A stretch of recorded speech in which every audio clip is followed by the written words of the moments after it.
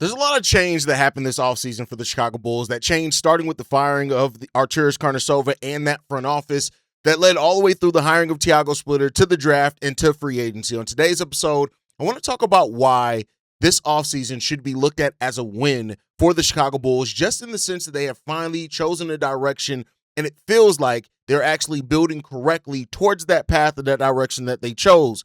That matters. The Bulls have gotten younger, they've gotten longer, they've gotten faster, they've gotten more athletic, and they've gotten more developmental. And that is an important part of actually finding a direction for this Bulls team that has lacked one for far too long. So today's episode, we're going to talk about that. Plus, we're going to talk about why Max Strus could actually be attainable by the Chicago Bulls. Talk about all that plus more right after this.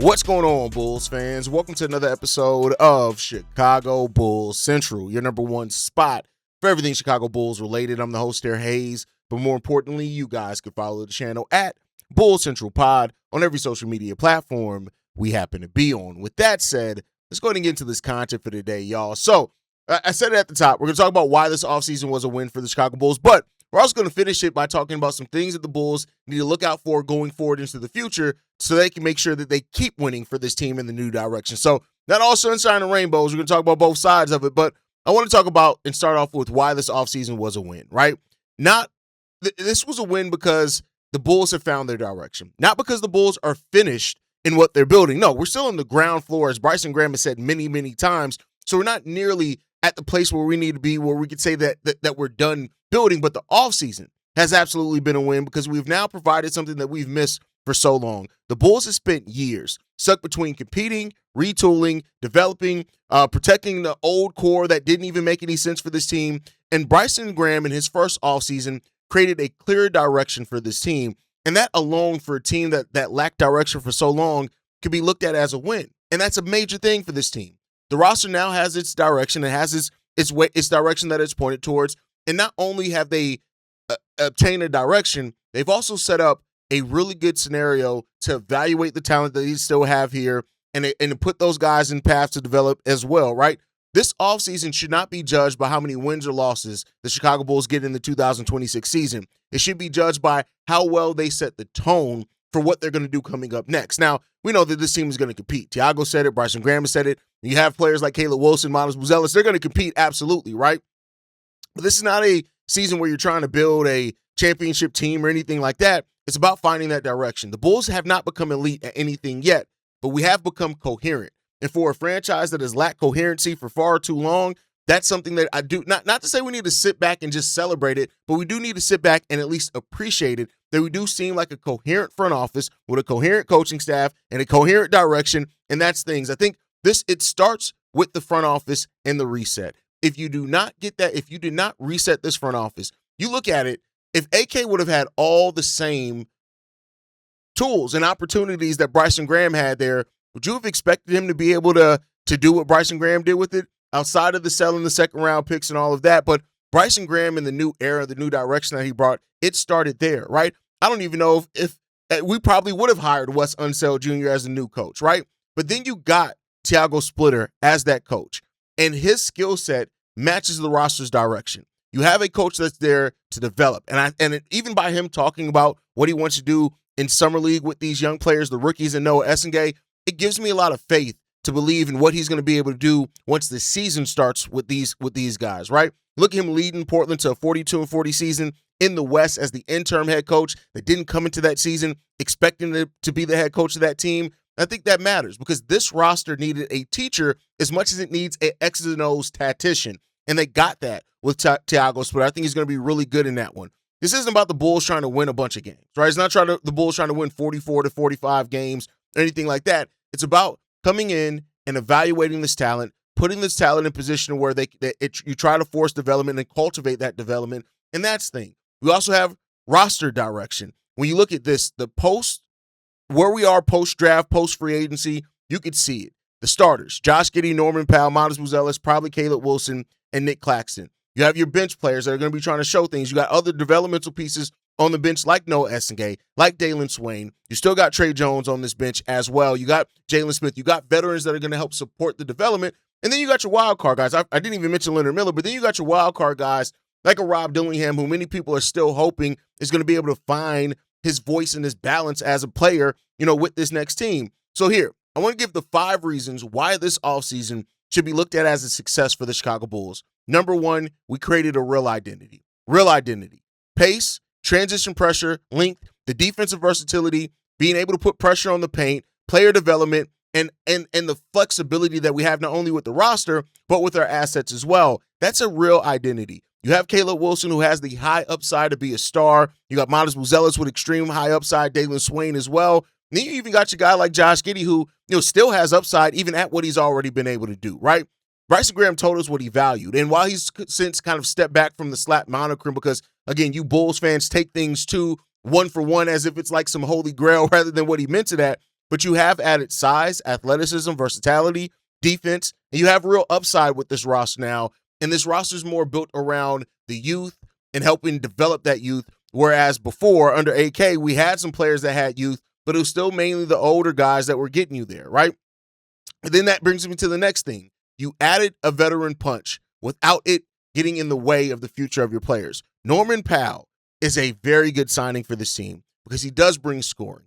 He does bring the ability to be a high-volume scorer if you need to, but he hasn't that. This is a guy that averaged 10 shots per game for his career, but he also had to work himself up. He was a late bloomer in the NBA while being a second-round pick. And I think when you look at that, getting him on the deal that we got him at is excellent value for that. This is what the young roster needed at the point where we were. We needed a scorer. And so he doesn't block the long-term development of Dailyn Swain. He doesn't block the development of Caleb Wilson or Buzelis or anything. The people that are like, oh, I want all the shots to go to the young guys. Again, you want players to develop in structure. That's something that I've said.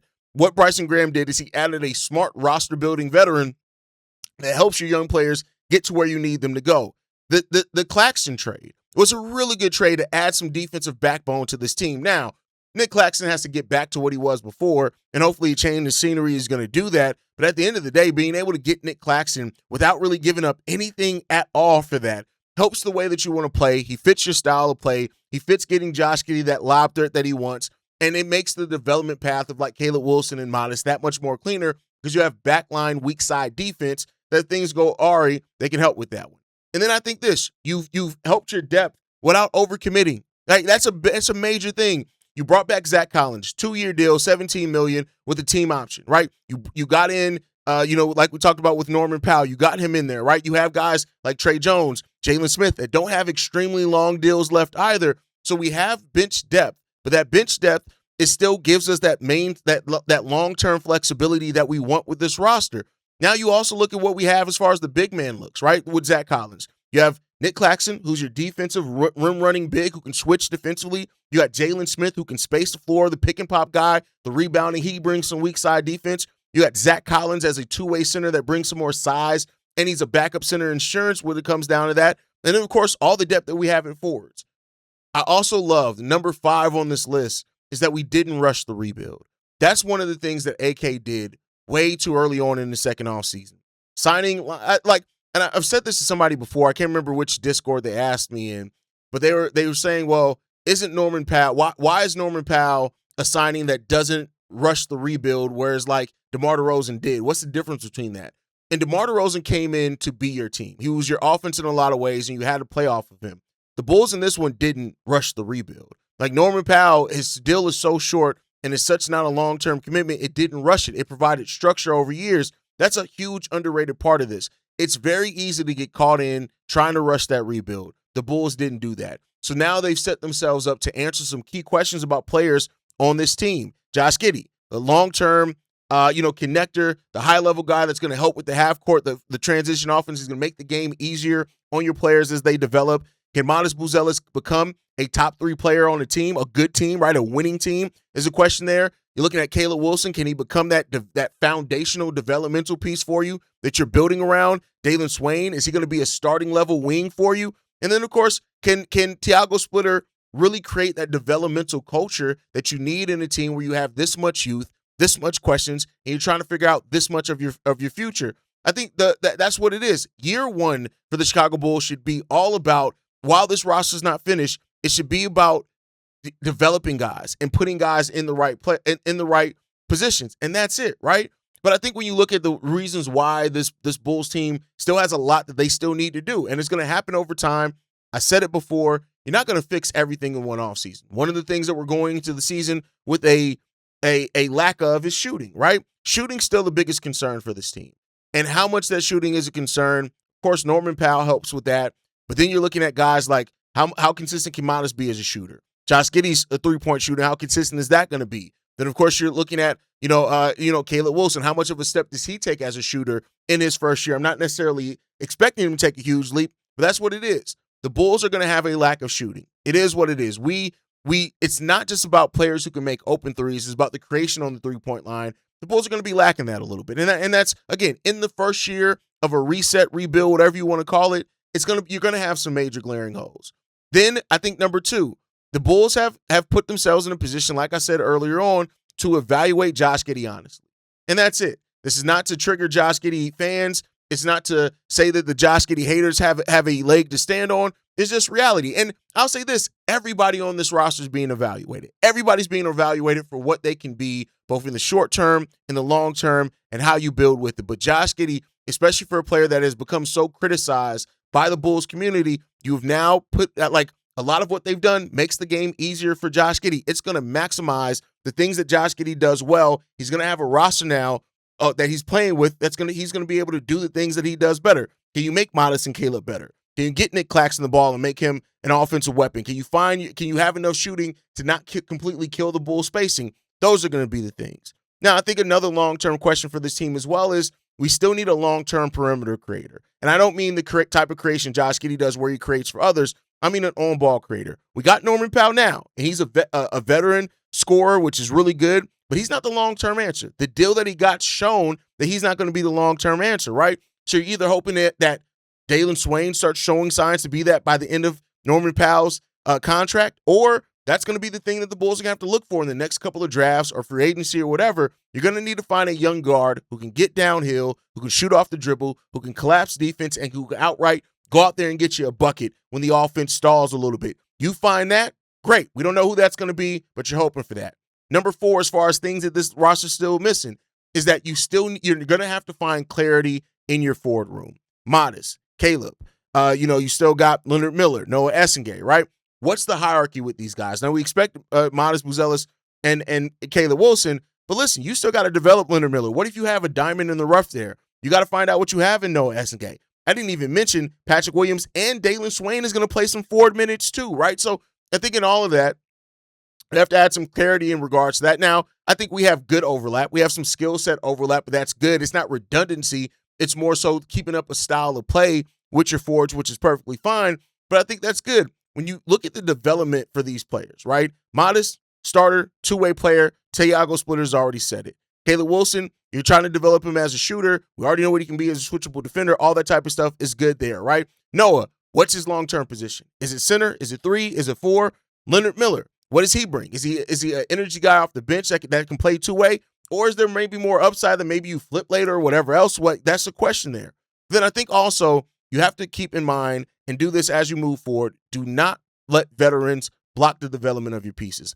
I've said it before that typically you want about 60% of your minutes to go to players 24 and younger. That's what you want, right? But you want the rest of the 30% or 40%, whatever it is, between the 60 and 65, you want about that part to go to your veterans on your team. And I think the Bulls have a nice, solid set of veterans. Norman Powell, Zach Collins, Nic Claxton, Trey Jones, Jalen Smith. All these guys have value at being over 25 years old, and they don't get in the way of the development of your young players, and that's really good. But I will say this, those guys, you may start moving some of those guys eventually as trade deadline moves and other teams want those guys to stack assets or whatever else. But the key thing is always keep some veterans on your roster, but make sure those veterans do not block the development of your young players, and that's it.